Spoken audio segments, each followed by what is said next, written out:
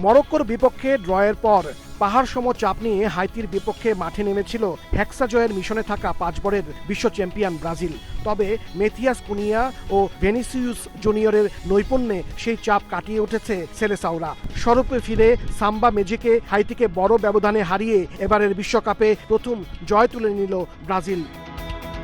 একাদশে 2 পরিবর্তন নিয়ে দল মাঠে নামান কার্লো আনচেলত্তি। সেন্টার ফরওয়ার্ড পজিশনে ইগোর থিয়াগোর পরিবর্তে মেথিয়াস কুনিয়া আর রাইট ব্যাকে ইভানেজের পরিবর্তে দানিলো। ফিলাডেলফিয়া স্টেডিয়ামে ম্যাচের শুরু থেকেই হাইতিকে চাপে রাখে ভিনি রাফিনিয়ারা।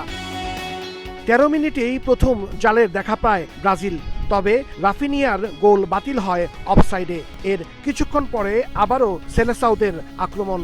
বাম দিক থেকে ভেনিসিউসের শট হাইতির গোলরক্ষক ফিরিয়ে দিলেও রিবাউন্ডে বল জালে জড়ান মেথিয়াস কুনিয়া।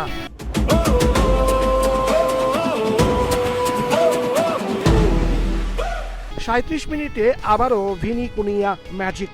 রিয়াল তারকার অ্যাসিস্ট থেকে বা পায়ের শটে নিজের দ্বিতীয় গোলের দেখা পান ইগোর থিয়াগোর পরিবর্তে জায়গা পাওয়া কুনিয়া। তবে মাঝে রাফিনিয়ার ইনজুরিতে কিছুটা অস্বস্তিতে পড়ে সেলেসাও সমর্থকরা। তার পরিবর্তে মাঠে নামেন রায়ান।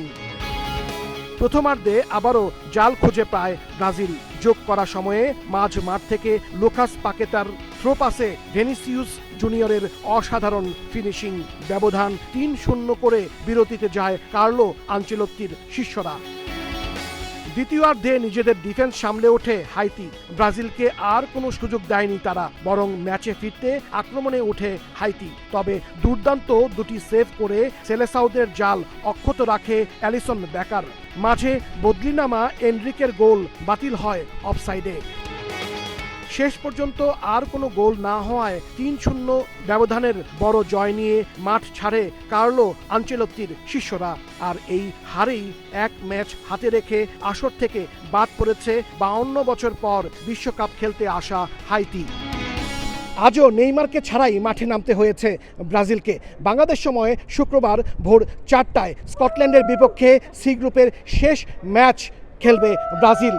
আর সেই ম্যাচেই নির্ধারণ হবে কে হবে গ্রুপ চ্যাম্পিয়ন।